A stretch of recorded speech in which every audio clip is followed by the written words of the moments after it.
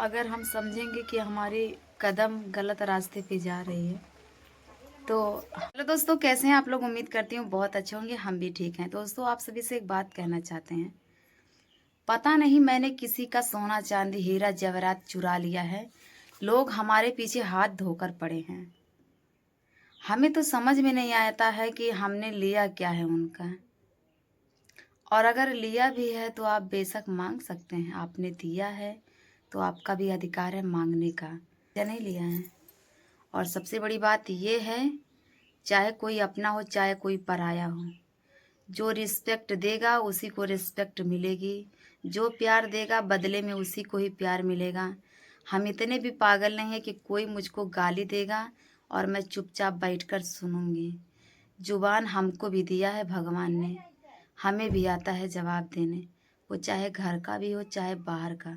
तो दोस्तों, आजकल हम इतना ज़्यादा टेंशन में हैं, हमारे साथ इतनी गलत चीज़ें हो रही हैं, आप लोगों को क्या ही बताएं। तो वो समझ लो कि वो पागल ही हैं, वो जानवर ही हैं। अगर ना समझे कि इंसान इंसान के साथ ही रहता है, बात करता है, इंसान के साथ आता जाता है, अगर ये चीज़ें वो ना समझे तो वो जानवर ही कहलाएगा। ठीक है। हम तो नहीं जानते इस दुनिया में किसने दोस्ती नहीं किया, किसने शादी नहीं किया, और किसके माँ बाप नहीं है, किसके भाई बहन नहीं है। रिश्ता तो है ना, कोई भी रिश्ता हो। ऐसा सोच रखने वाले इंसान नहीं कहलाते हैं। अगर हमसे ऐसी कोई गलती हो जाए जो नहीं होना चाहिए तो आप हमें जिंदा ही ज़मीन में दफना दीजिए, मुझे कोई असर नहीं पड़ेगा। लेकिन बिना वजह का कोई डांटता है मुझे तो आंखों से आंसू नहीं खून निकलता है दोस्तों। तो यही सारी बातें हैं। हमारे साथ कुछ दिन से ऐसा हो रहा है कि हम खुद अपना बना खा नहीं पा रहे हैं। ताना दे रहे हैं लोग। बताइए कैसे कोई जिएगा। जीने का तो मन नहीं कर रहा है, लेकिन बच्चे हैं, मजबूरी है हमारी जीना। ठीक है। तो हमने किसी से बात कर लिया है और आपको पता चला तो इतनी बड़ी बात आपको नहीं करना चाहिए था। अगर आपसे कोई बोल भी रहा है कि ये सब काम कर रही है तो आपको पहले पूछना चाहिए था और उसको फिर जवाब देना भी चाहिए था। जो आपसे बोले, बोलना चाहिए था इंसान है, इंसान से ही बात करेगा, जानवर से थोड़ी बात करेगा। लेकिन यहाँ पे यही साबित हो रहा है कि इंसान से दोस्ती करना बंद करिए, जानवर से दोस्ती करिए, वो वफादार होते हैं। ठीक है दोस्तों। और सबसे बड़ी बात है कि दोस्ती ना करते हुए ना तो इंसान ना जानवर का आप लोग पेड़ लगाइए। मैं ये भी आप लोगों को संदेश देना चाहती हूँ इस वीडियो के माध्यम से। आप लोग पौधा लगाइए, उसको पेड़ बनाइए, क्योंकि वो आपको लकड़ी भी देगी, छाया भी देगा, ऑक्सीजन भी देगा आपको, और सालों साल तक आपके सामने रहेगा। यादगार भी रहेगा कि आपने उस पौधे को लगाया था, इतना बरस इतना साल हो गया और इतना बड़ा हो गया। तो आप लोग पेड़ लगाइए, दोस्ती नहीं करिए। दोस्ती में बस धोखा मिलता है। दोस्ती हो चाहे प्यार हो, कोई भी रिश्ता हो, धोखा ही मिलता है और कुछ नहीं मिलता दोस्तों। फ़ोन पे बात करने से इतनी बड़ी बवाल हो गई है। जो महिलाएं दूसरे पति को रख लेती हैं, अपनी पति के रहते हुए भी देवर को रख लेती हैं, जेठ को रख लेती हैं, रिश्तेदारी में रख लेती हैं या फिर गांव में ही रख लेती हैं, उनके पति कैसे रहते होंगे बताओ। तो ये सब बात जो आपने किया वो भी सही नहीं है। हमारे दिल पे बहुत ही गहरा असर पड़ा है कि मैं जहाँ पे खुश रहती हूँ आप मेरा पाँव वहाँ से पकड़ कर खींचते हैं। हमने जब आपसे दोस्ती या प्यार किया था तो आपने ऐसा नहीं बताया था कि मैं जो बोलूँगा वही करोगी। आपने ये बोला था कि आपकी खुशी में ही हमारी खुशी है, आप जो कहेंगे वही होगा। और मैं तो कभी गलत फैसला लेती नहीं हूँ, तो आपको गलत करने की ज़रूरत नहीं है। लेकिन आपने ये बात नहीं बोली थी कि मैं जो कहूँगा वही होगा। मैं जहाँ कहूँगा वहाँ खड़ी रहना पड़ेगा, मैं जो कहूँगा वहाँ बैठना पड़ेगा, मैं जो कहूँगा वही करना पड़ेगा। ये बातें गलत हैं। और देखिए, इंसान तब अकेला होता है जब वो अपनी बातों को स्पष्ट रूप से समझा नहीं पाता है। और सबसे बड़ी तकलीफ़ तब होती है जब आप किसी इंसान के लिए इतने ख़ास आप समझते हो कि कोई इंसान हमारे लिए ख़ास है और मैं उसके लिए ख़ास हूँ, लेकिन ऐसा नहीं होता है। आप समझिए, लेकिन ये उम्मीद मत रखिए कि वो उस इंसान के लिए हम भी ख़ास होंगे, ठीक है? हमारी बातों को ना सुनते हुए किसी और की बातों को सुने, वो बहुत ही बड़ा मूर्ख आदमी है। देखिए, बोलने वाले तो बहुत कुछ बोलते हैं, कम से कम जो आपका है उससे पूछने का अधिकार, वो भी नरम भाव में, ना कि तेज़ भाव में, गुस्सा में जलील करते हुए।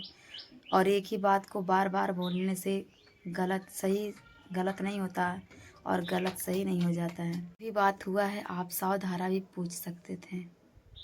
ना हमारी सिम टूटती और ना ही हमारे रिश्ते में दरार आती। दरार तो वैसे शुरू से ही आ रही है। अरे हमारे औकात की सलाम करो कि इतना कुछ सहने के बाद भी हम यहाँ पे हैं।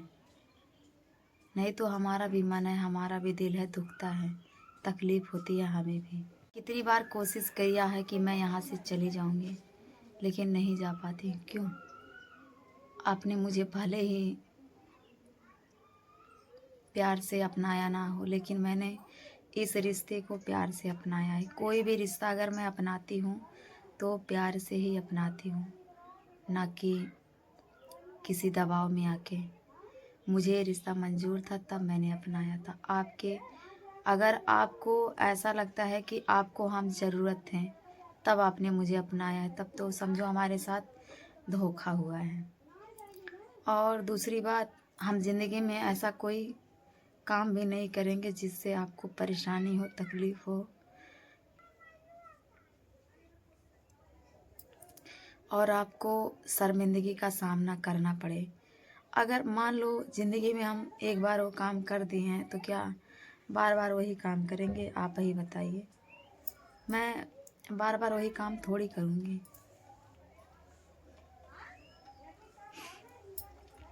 तो मान लीजिए हमने बात ही किया है और किसी के साथ गया भी, तो गलत नहीं हो जाता? आप ही बताइए। हमारे आँखों के सामने और आपके भी आँखों के सामने ऐसे-ऐसे लोग हैं इस गाँव में, रिश्तेदारी में। अभी आप हाल ही में देख रहे होंगे रिश्तेदारी में क्या हुआ है। एक औरत का बदनाम करने का नतीजा रिश्तेदारी में हुआ है, आपने देखा है। तो सबसे बड़ी बात यह है कि औरत सब कुछ सहन कर सकती है, बदनामी नहीं। चरित्र पर उँगली नहीं उठाना चाहिए किसी की, अगर वो सच्ची है और अच्छी है तो। नहीं तो वही सच्चा करके दिखाती है तो पता चल जाता है, ठीक है?